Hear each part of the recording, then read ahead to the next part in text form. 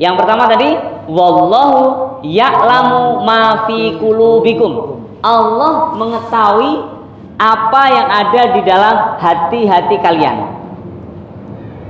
Allah cerita dalam surat Al-Ahzab ayat 51 ini terkait dengan Rasulullah dengan istrinya, dengan keluarga, Pak. Nah, sekarang kita mulai dari keluarga kita ini. Allah itu tahu apa yang di hati kita, Allah juga tahu apa yang ada di hati istri kita. Ya, mungkin istri kita nggak ngomong bahwa dia lagi jengkel ke kita, tapi Allah tahu. Begitu juga sebaliknya, kita nggak ngomong, tapi Allah tahu. Kenapa tidak langsung mengadu kepada Allah? Ya, misalkan, ya Allah, buka hati istri saya, ya Allah. Ini kan perbuatannya nggak baik. Tapi kalau saya ngomong bisa jadi nanti dia marah. Buka ya Allah. Daripada ribut, engkau lah ya Allah yang membolak-balik hati itu ya Allah. Gitu kan, Pak? Itu, Pak. Jadi di surat apa tadi? Al-Ahzab ayat 51, ini surat ke-33, ya. Ini bicara tentang suami istri loh. Ya, tentang hati. Jadi selama ini kalau hati kita belum banyak mendoakan istri kita, nah ini kita perlu evaluasi. Apa salah satu doa yang penting menurut saya, ya, dari Al-Quran ini adalah memintakan ampun kepada Allah untuk istri kita. Sudah, Pak, ya? Sudah belum, Pak, kira-kira, Pak? Sudah. Mintakan ampun, ya Allah, ampuni istri saya. Tapi nggak usah diucap, Pak. Kalau yang diucap itu kan habis sholat itu aja kan. Nah, tapi ketika kita ingat dia, ketika kita lihat dia, ketika kita sedang berjalan, mungkin nggak ada dia, kita lihat orang lain, perempuan, kita ingat istri kita. Nah, saat itu kita langsung boleh berdoa, ya Allah, ampuni dosa-dosa istri saya. Jangan sampai istri kita nanti masuk neraka gara-gara kita tidak memaafkan dia, tidak memintakan ampun dia kepada Allah. Karena wanita itu berat, Pak. Ya, surganya ada di suaminya. Kalau dia kecewakan suaminya, bisa masuk neraka. Tapi kalau kita tidak tanggung jawab mendidik dia, mendoakan dia, menjaga dia, mengarahkan dia, bisa juga kita ikut terseret ke neraka. Tanggung jawab kita, Pak. Loh, jadi para suami itu berat, ya, tidak mudah. Bagi istri kita yang mungkin sudah wafat, Allahumma ighfir laha warhamha wa afiha wa'fu anha, lahal Fatihah misalnya, langsung kita kirimkan Al-Fatihah, kita mintakan ampun kepada Allah. Masya Allah, ya. Jadi pertama, dari mana, Pak, mulainya? Dari keluarga untuk istri kita. Karena di surat Al-Ahzab itu, Pak, Rasulullah diajarkan oleh Allah tentang bagaimana Allah itu tahu apa yang ada di dalam hati para suami, hati para istri. Dan Masya Allah, Pak, saya merasakan, Pak, perubahannya luar biasa. Perubahannya luar biasa. Saya mau ngomong sesuatu yang saya ingat, kalau saya ngomong ini pasti dia marah. Nah, akhirnya sebelum ngomong saya mainkan itu hati, Pak. Ya Allah, ya, ini kan bagus ya Allah. Ya, terimakan hatinya ya Allah. Sabarkan dia ya Allah. Fahamkan dia tentang urusan ini. Saya nggak ngomong sendiri. Masya Allah, Pak. Jadi Bapak bisa coba ya, karena saya sudah coba, gitu ya. Itu dalam hati, Pak. Nggak pakai lisan, dalam hati. Kenapa? Wallahu ya'lamu ma fi qulubikum. Allah tahu apa yang ada di dalam hati-hati kalian.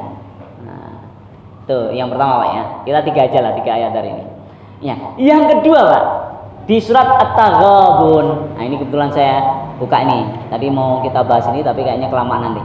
At-Taghabun, surat yang ke-64, ayat 4. At-Taghabun. Apa artinya At-Taghabun? Ya. Di sini di dalam kurungnya diterjemahkan dinampakkan kesalahan, Pak. Jadi kalau Al-Fatihah artinya apa, Pak? Pembuka. Jadi kalau kita mau apa-apa baca Al-Fatihah karena membuka semuanya. Ya, dibuka semuanya, hati kita dibuka, amalan kita dibuka dan sebagainya, ya. Ya. Yang kedua, Pak, surat Al-Baqarah artinya apa, Pak? Sapi betina. Ya, di situ diberikan keyakinan bagaimana sejarah tentang Bani Israel, ya, dan ketauhidan tentang keislaman dan keingkaran, gitu ya, di situ namanya. Setelah Al-Baqarah apa? Ali Imran, keluarga Imran. Kalau kita ingin profil keluarga dalam Al-Quran ada namanya Ali Imran, keluarga Imran. Ali itu artinya keluarga, ya. Imran, keluarganya Imran seperti apa? Luar biasa. Setelah itu apa? Al-Maidah. Al-Maidah artinya hidangan. ya atau jamuan. Kalau kita ingin dijamu oleh Allah, nah itu kita bisa baca tuh caranya bagaimana. Ada di situ Pak. Dijamu itu rezeki kita dijamin oleh Allah, kesulitan kita diselesaikan oleh Allah. Masya Allah. Dan terus 5, 6, 7, 8 sampai 64 Pak, yaitu at-taghabun, dinampakkan kesalahan-kesalahan. Masya Allah. Ya. Mungkin ada yang baru dengar ya hari ini. Arti dari at-taghabun. At-taghabun itu hari di mana dinampakkan kesalahan-kesalahan. Nah, Allah sampaikan di ayat 4 ini Pak. Langsung aja ayat 4 ya. A'udzubillahi minasyaitonirrajim. Bismillahirrahmanirrahim. Ya'lamu ma fis samawati wal ardi wa ya'lamu ma tusirrun. Wa ya'lamu ma tusirrun wa ma tu'linun wallahu alimun bidzatis sudur. Masya Allah. Ya'lamu, Allah tahu. Ma, apa-apa fis samawat, yang ada di langit. Ya nggak tahu gimana Allah yang menciptakan. Wal ardi, dan di bumi. Wa ya'lamu, dan Allah tahu. Ma, apa-apa sesuatu ya. Tusirrun, yang kalian rahasiakan. Sirri. Apa Pak? Salah satu yang dirahasiakan adalah apa-apa yang ada di dalam hati kita Pak. Itu sirri namanya, rahasia. Jadi rahasia itu kalau orang nggak tahu Pak. Kalau orang tahu itu bukan rahasia. Saya kasih tahu ya, tapi jangan bilang orang-orang ini rahasia. Bukan, itu bukan rahasia, kabar itu. Ya, karena rahasia itu hanya Allah yang tahu dan kita. Di mana itu? Dalam hati kita. Kita benci pada siapapun, kalau di dalam hati kita rahasia. Kita cinta pada siapapun, dalam hati kita itu rahasia. Ya. Makanya nikah sirri itu nggak boleh. Karena rahasia. Gitu kan. Lah kalau nikah dilihat orang bukan sirri itu. Ya, nikah beneran gitu ya. Tusirrun, apa yang kalian rahasiakan Allah tahu. Wa ma tu'linun, dan apa yang kalian iklankan. Ya, yang kalian tampakkan tu'linun. Allah tahu. Yang kalian sebarkan pun Allah tahu.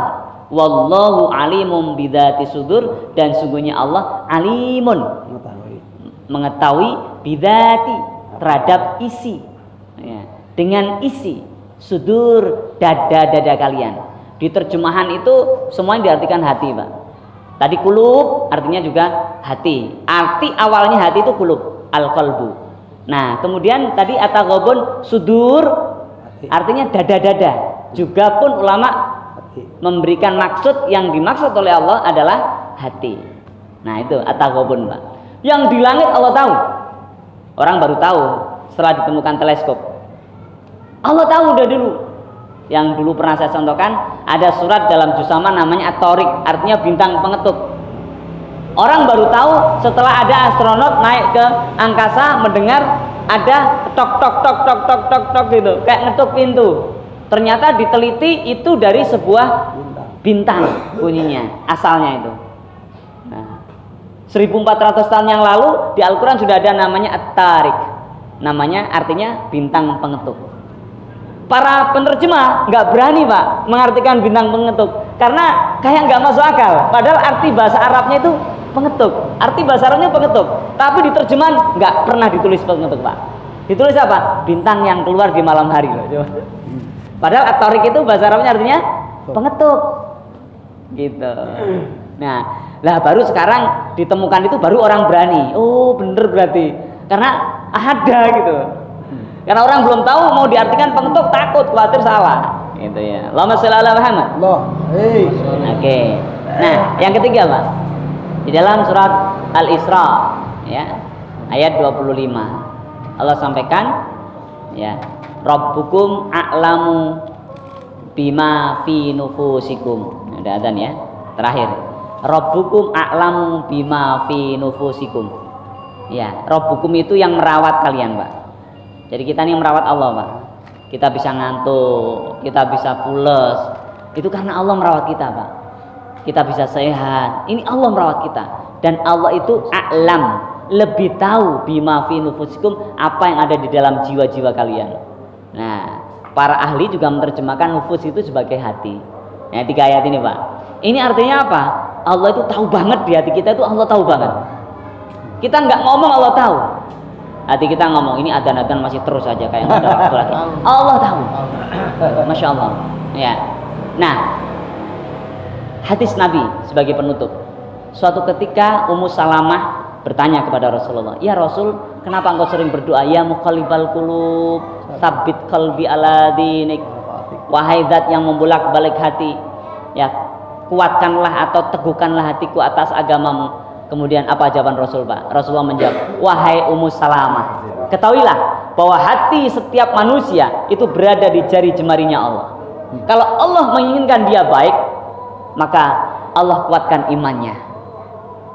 Dan kebalikannya, kalau Allah inginkan buruk, maka Allah lemahkan imannya. Dijadikan dia tersesat." Loh, itu Allah Pak. Dan itu Masya Allah, mulut kita nggak bisa merubah, karena merubah orang itu berubah dari hatinya Pak, dari hatinya Pak. Ya, Bapak kita ingat ya, ada Umar bin Khattab, ada Abu Jahal. 2 orang ini dulu selalu memusuhi Rasulullah, paling benci terhadap Rasulullah itu 2 orang ini. Kemudian Rasulullah berdoa, "Ya Allah, di antara 2 orang yang membenciku ini, bukalah salah satunya, jadikan pengikutku." Doa itu Pak. Dan doa itu kata Ibnu Taimiyah, "Inna asla du'ai minal qalbi wal lisan tabi'un lil qalbi." Sesungguhnya aslinya doa, asalnya doa itu adalah di hati, lesan hanya mengikuti apa kata hati. Loh, jadi kita nggak muncul pun suaranya Pak, Allah tahu, Allah dengar Pak. Masya Allah. Dan ternyata apa Pak? Akhirnya Umar bin Khattab yang memusuhi Nabi itu dibuka oleh Allah hatinya.